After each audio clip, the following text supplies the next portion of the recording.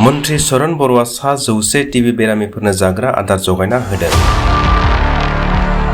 अरां सुबुं सावस्रि मिरुनि लांगोनायाव खुंजानाय डाइरेक्टर हेल्थ ससाइटि NTEP उदालगुरिनि बानजायनाया प्रधानमन्त्री टिबि मुक्त भारत अभियान टिबि फोजोबस्रांनायनि केम्पेइननि सिगाङाव मन्त्री बिथाङा 100 टिबि बेरामिफोरनो जाग्रा आदार जगायना होयो।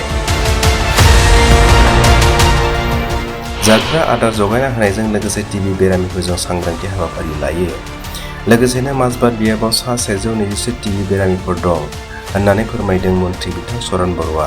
इयुननि समावबो टिबि बेरामिफोरनो हेफाजाब होलांबाय थागोन होननानै फोरमायो मन्त्री बिथाङा।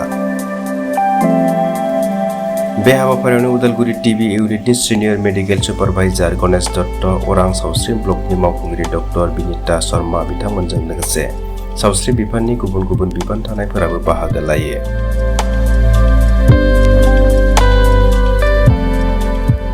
আজি আমাৰ এই ওৰাং ব্লক PHCৰ আণ্ডাৰত আমাৰ জিলা টিবি ডিপাৰ্টমেণ্টৰ যোগেদি এটা কাৰ্যসূচী লোৱা হ'ল। এই কাৰ্যসূচীটো হ'ল যে আমাৰ দেশৰ সন্মানীয় প্ৰধানমন্ত্ৰী নৰেন্দ্ৰ মোদী ডাঙৰীয়াৰ টিবি মুক্ত ভাৰত এই অভিযানৰ যোগেদি আমি এটা কাৰ্যসূচী লৈছোঁ। কাৰ্যসূচী এনেকুৱা যে টিবি ৰোগীৰ কাৰণে যক্ষ্মাৰ কাৰণে চৰকাৰখনে ঔষধ ইত্যাদিৰ ব্যৱস্থা সব কৰা হৈছে, কিন্তু তাৰ বাদেও এই টিবি বা যক্ষ্মা ৰোগীসকলক তেওঁলোকৰ স্বাস্থ্যৰ কাৰণে অকণমান অলপ যিখিনি ব্যৱস্থা কৰিব লাগে এই ক্ষেত্ৰত মানে তেনেকা ছ'চিয়েল ৱৰ্কাৰে হওক, বিজনেছমেনে হওক, পাব্লিক ৰিপ্ৰেজেণ্টেটিভে হওক, তেখেতসকলক অকণমান এডপ্ট কৰি ল'ব কৈছে।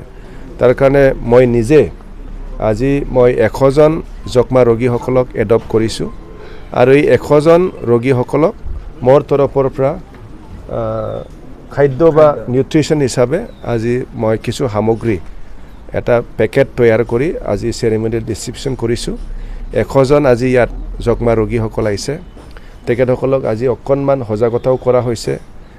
যক্ষ্মা ৰোগীটো কেনেকুৱা, ইয়াৰ লগত যুঁজিবৰ কাৰণে আমি কি কি কৰিব লাগে, ঔষধটো কি ধৰণে ব্যৱহাৰ কৰিব লাগে, এইটো কোৱাৰ পিছত স্বাস্থ্যত কি ধৰণে আমাৰ প্ৰব্লেম সৃষ্টি হয়, এই সময়ত আমাক প্ৰটিনৰ কি ধৰণে দৰকাৰ হয়, ফাইবাৰৰ কি ধৰণে দৰকাৰ হয়, কি খাব লাগে, এই গোটেইখিনি কথা আজি সজাগতা হিচাপে কৈ আমি মোৰ তৰফৰ পৰা প্ৰায় 100 জনক, প্ৰায় নহয় 100 জনক আজি এটা খাদ্যৰ থপলা দিয়া হ'ল।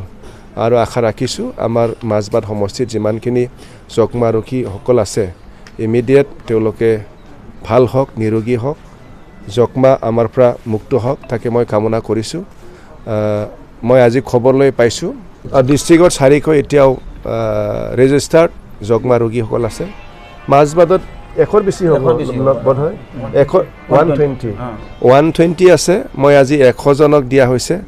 মই 120 বুলি গম পোৱা হ'লেহেঁতেন মই 120কো আজি দি দিলেহেঁতেন, পাইছে না, আজি শেষ কৰি দিলেহেঁতেন। তো আৰু আমাৰ সমাজত যথেষ্ট ব্যক্তিসকল আছে, মই আহ্বান কৰিম, অকল জনপ্ৰতিনিধি নহয়, আমাৰ তেনেকা সমাজকৰ্মী ব্যক্তিসকল আছে, বিজনেছমেনসকল আছে, এই সকলেও এই এটা পবিত্ৰ কামটো হাতত ল'ব পাৰে। তাৰ কাৰণে তেখেতসকলকো মই আহ্বান কৰিছোঁ। এইটো অকল এজন ব্যক্তিৰ চেষ্টা নহয়, সামূহিক প্ৰচেষ্টা।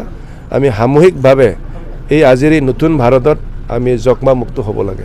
ইতিমধ্যে নতুন চৰকাৰখনে বিভিন্ন আলোচনা কৰা হৈছে আৰু ইতিমধ্যে আলোচনা কৰি মেলি এখন সমষ্টিৰ ভিতৰত কমচে কম মিনিমাম অপাৰেশ্যন কৰিব পৰা এই ব্যৱস্থাটো কৰি দিয়াৰ কাৰণে স্বাস্থ্য বিভাগে আমাক প্ৰতিশ্ৰুতি দিছে।